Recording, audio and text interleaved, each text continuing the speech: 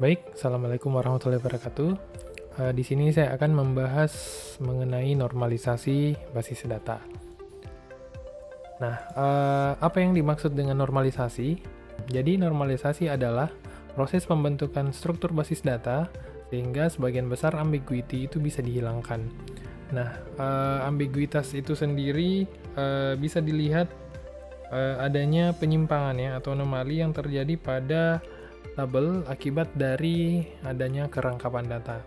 Nah, saya akan perlihatkan contoh model tabel yang tidak normal. Jadi di sini ada dua tabel ya. Dari yang pertama adalah tabel KRS, kemudian tabel yang kedua adalah tabel mata kuliah. Kalau kita melihat model tabel seperti ini sepintas terlihat tidak ada anomali atau kesalahan-kesalahan yang ada dalam database. Tapi sesungguhnya ketika kita lihat ya, jadi saya ibaratkan saya langsung edit nih tabel mata kuliah INF 124, dia berubah nama menjadi aljabar linear ya. Jadi dia berubah nama menjadi aljabar linear. Nah, di sini data nama mata kuliah sudah berubah di tabel nama mata kuliah, tetapi dia tidak berubah pada tabel KRS mahasiswa.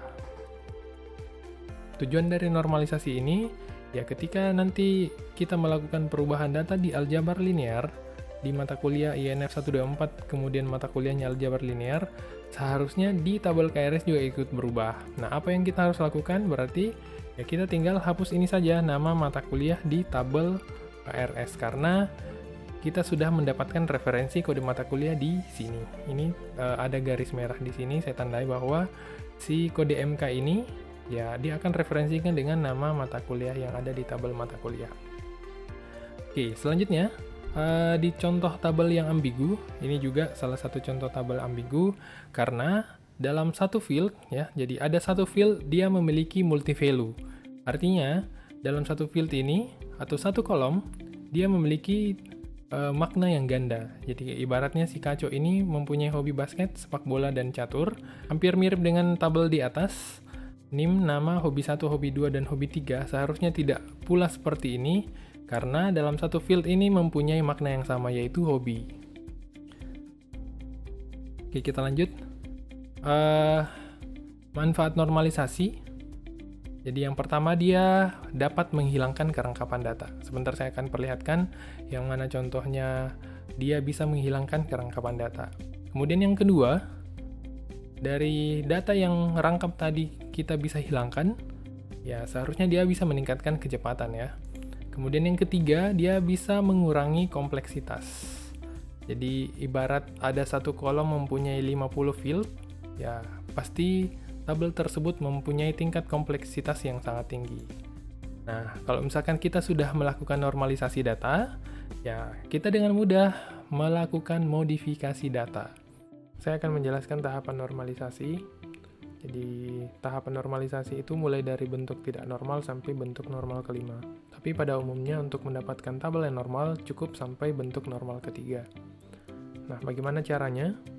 Kita mau lihat untuk mendapatkan bentuk normal pertama, ya, jadi syaratnya adalah kita harus menghilangkan perulangan grup, di mana bentuk normal pertama terpenuhi jika sebuah tabel tidak memiliki atribut bernilai banyak atau multi-value.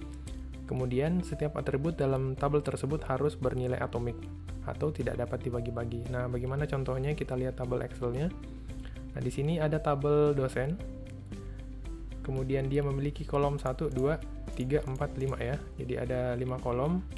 Terdiri dari ID dosen, nama dosen, jenis kelamin yaitu laki-laki dan perempuan, kemudian alamat. Nah, untuk mendapatkan normalisasi yang pertama, kita harus menghilangkan perulangan grup ya, sesuai yang tadi. Kita harus menghilangkan perulangan grup yaitu adanya multi value. Nah, yang mana dimaksud dengan atribut multi value yaitu jenis kelamin, karena di jenis kelamin ini memiliki dua buah atribut ya. Jadi di kolom jenis kelamin dia mempunyai dua atribut yaitu laki-laki dan perempuan, ini yang dikatakan bentuk tidak normal. Nah, bagaimana caranya untuk mendapatkan tabel yang normal dari atribut yang multi value ini? Ya, kita harus merubah tabel ini ya. Nah, caranya adalah kita kopikan. Nah, kemudian kita identifikasikan bahwa di kolom jenis kelamin ini harus jadi 1. Nah, gimana caranya? Berarti si laki-laki ini kita identifikasikan dengan nilai L atau laki-laki.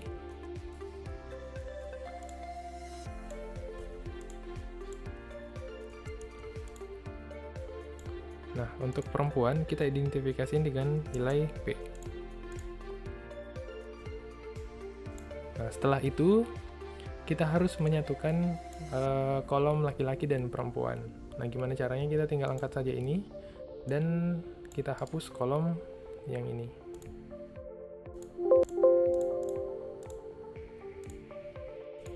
Nah, sampai kita ubah di sini menjadi alamat. Nah, bentuknya kira-kira modelnya seperti ini, dan ini dirubah menjadi jenis kelamin. Nah, ini sudah menghilangkan perulangan grup, jadi di tabel ini sudah memenuhi bentuk normal pertama karena di dalamnya sudah tidak memiliki perulangan grup. Baik, di sini saya akan menjelaskan tahap normalisasi pertama sampai tahap normalisasi ketiga. Nah, di sini kita bisa lihat syaratnya tadi. Syaratnya adalah untuk bentuk normal yang pertama, kita harus hilangkan perulangan grup. Nah, di sini kita sudah bisa identifikasikan bahwa yang menjadi perulangan grup adalah atribut yang memiliki 2 nilai, yaitu jenis kelamin laki-laki dan perempuan. Nah, untuk membentuk tahap normal pertama, ya kita harus lakukan adalah mengcopy tabel tersebut. Untuk bisa menjadi bentuk normal pertama, ya kita harus hilangkan perulangan grupnya. Jadi ini 1NF. Kemudian kita copy tabelnya. Dan kita hilangkan perulangan grup yang tersebut. Nah, di sini kita identifikasikan terlebih dahulu bahwa ini laki-laki, disimbolkan dengan L. Dan ini untuk perempuan kita simbolkan dengan P. Nah, kita cukup satukan kolom tersebut.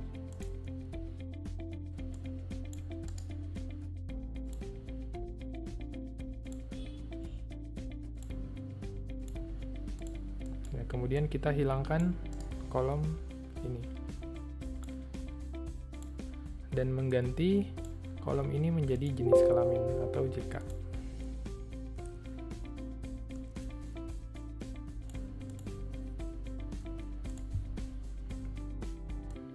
Nah, ini sudah memenuhi bentuk normal pertama. Nah, bagaimana caranya untuk lanjut ke bentuk normal kedua? Ya, kita lihat lagi. Syaratnya adalah menghilangkan ketergantungan sebagian.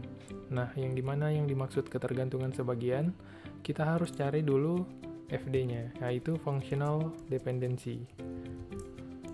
Nah, yang dimaksud functional dependency ini adalah kita harus cari dulu atribut yang unik atau kolom yang unik. Atribut yang dimaksud dengan atribut unik, ya dia mempunyai nilai yang tidak sama dengan yang lain.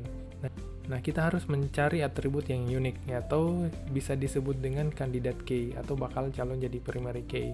Nah, yang mana yang bisa dimaksudkan adalah NIM, kemudian kode mata kuliah, kemudian kode dosen, karena kode dosen itu tidak ada yang sama.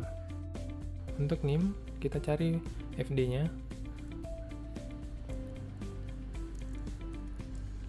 Nah, si NIM ini dia bergantung dengan field apa. Jadi yang bergantung dengan NIM, field NIM adalah nama, kemudian alamat, kemudian jenis kelamin.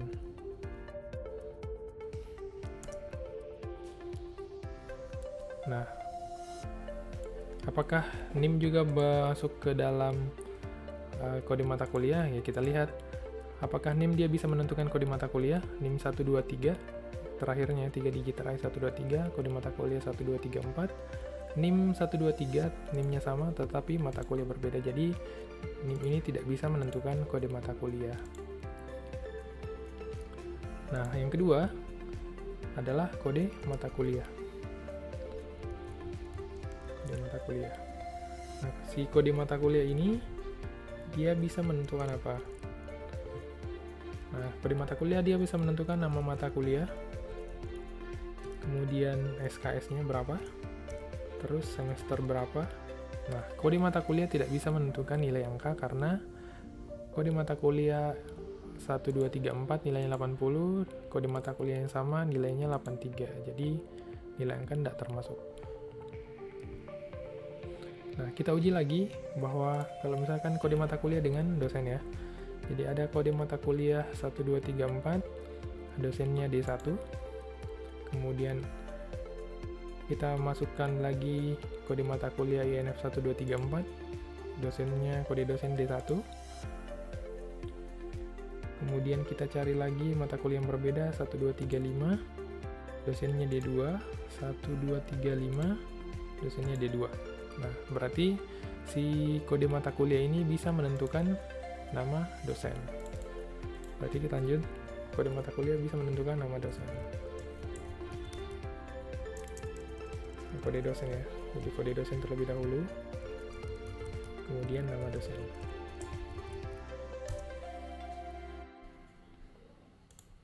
Kita bisa juga tambahkan alamat dosen. Nah, kita lanjut, sekarang adalah kode dosen.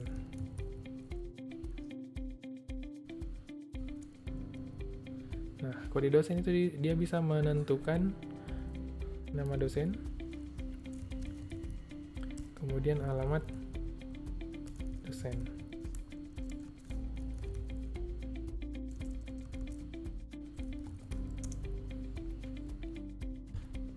Nah, apa yang belum masuk?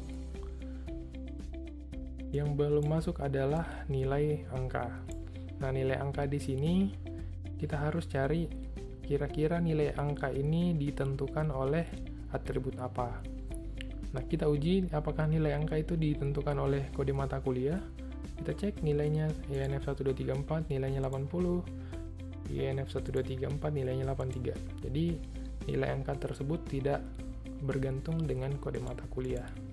Nah, terus kita uji lagi apakah NIM termasuk menentukan nilai angka.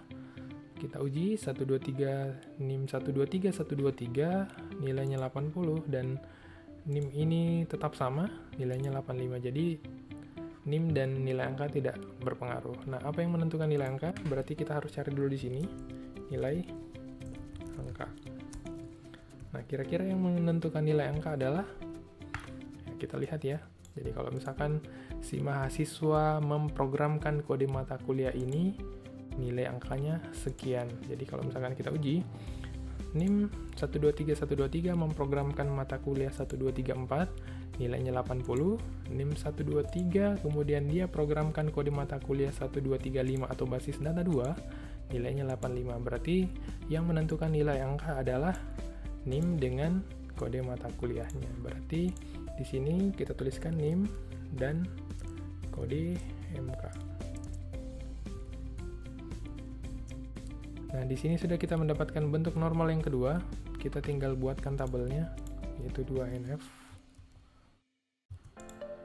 Nah, bentuk tabel yang pertama adalah NIM, nama, alamat, dan jenis kelamin. NIM, nama, alamat, dan jenis kelamin ya. Ini dia. Ini adalah tabel yang pertama. Tabel yang kedua, kode mata kuliah, nama mata kuliah, SKS, semester, kode dosen, nama dosen, dan alamat dosen. Ini kita masukkan lagi di tabel yang kedua. Nah, tabel yang ketiga, kode dosen, nama dosen, dan alamat dosen. Tabel yang keempat, NIM, kode mata kuliah, dan nilai angka.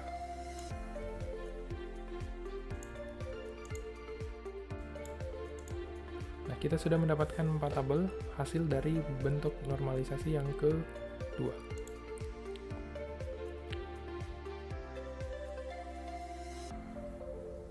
Nah, di tabel ini kita akan beri nama tabel biodata MHS. Kemudian ini tabel kode MK DS, kode mata kuliah dan dosen. Kemudian ini tabel dosen. Dan ini tabel nilai ya.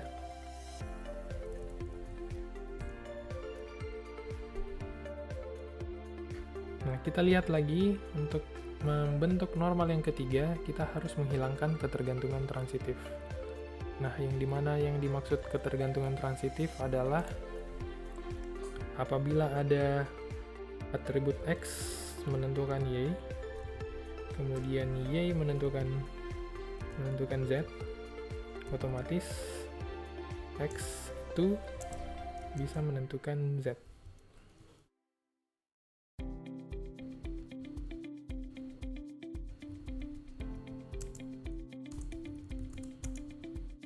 Nah, kita lihat di sini. Jadi, jika ada atribut X menentukan Y, atribut Y menentukan Z, maka X-nya itu adalah Z. Atau kolom X bisa menentukan kolom Y bisa menentukan kolom Z, otomatis kolom X itu bisa menentukan kolom Z. Nah, yang mana dimaksud kolom tersebut adalah ini ya. Kita ibaratkan ini kode mata kuliah adalah X, kemudian ini adalah Y, dan ini adalah Z-nya. Nah, kita bisa menentukan, jika kita tahu kode mata kuliah, otomatis kita mengetahui kode dosennya. Secara pasti, kalau kita sudah mengetahui kode dosennya, maka kita langsung mengetahui nama dosennya siapa. Jadi ini X, kode mata kuliah INF 1234, kode dosen D1, nah maka nama dosennya adalah Muhammad Fahmi. Nah, kita cari lagi INF 1234, kode dosen D1, otomatis nama dosennya adalah Muhammad Fahmi. Nah, itu yang dimaksud dengan ketergantungan transitif. Itu kita harus hilangkan. Nah, gimana caranya? Ya, kita tinggal menghapus kolom tersebut, karena si kode dosen ini dia sudah mewakili di tabel dosen. Jadi kita kalau misalkan sudah ketahuan dosennya siapa, kode dosennya siapa, maka secara otomatis nama dosennya bisa langsung diketahui. Berarti ini kolom Z. Ketika bentuk normal yang ketiga, 3NF, maka si tabel ini tetap ada. Jadi kita cek, ini tidak ada ketergantungan transitif.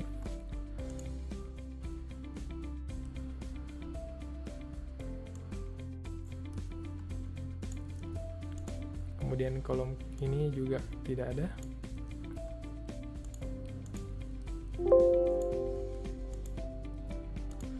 Kolom nilai juga tidak ada. Tapi yang ada adalah di kode mata kuliah dosen. Nah, ini yang kita harus hilangkan. Nah, yang dimaksud tadi Z-nya adalah yang ini yang harus kita hilangkan, karena referensi nama dosen sudah ada di tabel dosen. Nah, begitu juga dengan alamat dosen. Karena jika kita tahu kode mata kuliah dan kode dosen, otomatis kita tahu alamatnya si dosennya. Berarti ini juga kita harus hilangkan. Berarti kita tinggal hilangkan ini. Maka tabel ini sudah memenuhi bentuk normal ketiga. Jadi kita beri nama dulu tabelnya, yaitu tabel biodata MAS, BioMAS. Kemudian ini tabel dosen. Ini tabel nilai. Kemudian yang di bawah ini adalah kode MK. Nah, kita sudah dapatkan. Nah, apa yang kita bisa hemat? Nah, si tabel ini kita bisa hilangkan karena memiliki nilai yang sama. Kemudian ini mempunyai nilai yang sama, dan ini juga mempunyai nilai yang sama. Berarti di tabel BioMAS cukup ada 3 data. Nah, kemudian dosen juga seperti itu. Jadi kode dosen di sini juga sama dengan di atas. Ini sama. D2 dan D2 juga sama. D1 juga sama. Nah, kita sudah bisa melihat ada 4 record yang ada di tabel dosen. Kalau di sini tidak bisa karena NIM dan kolom mata kuliah mempunyai nilai yang berbeda. Kita lihat si ini memprogramkan mata kuliah ini, maka nilai angkanya muncul segini. Nah, kemudian di sini itu juga bisa hemat. basis data sama. Kemudian basis data 2 juga sini sama. Mikro juga sama. Nah, hasil dari normalisasi, dia bisa menghemat penyimpanan data. Bayangkan kalau misalkan datanya ada 1000, ini masih contoh 3 mahasiswa. Kalau misalkan ada 1000 mahasiswa, maka kalau kita tidak melakukan normalisasi, ya maka tabel tersebut akan terjadi anomali atau kesalahan-kesalahan yang terjadi di kemudian hari. Nah, jadi kalau misalkan kita rapikan, dia modelnya seperti ini, kita rapikan. Dia hilang. Ini hilang.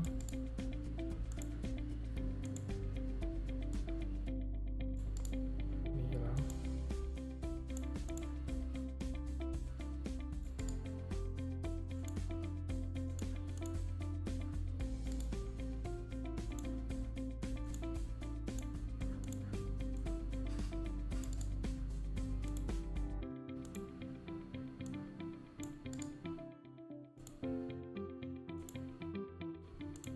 Nah, ini adalah hasil normalisasi bentuk ketiga. Oke, baik. Terima kasih. Cukup penjelasan saya untuk normalisasi 1-3. Terima kasih telah menonton video ini. Assalamualaikum warahmatullahi wabarakatuh.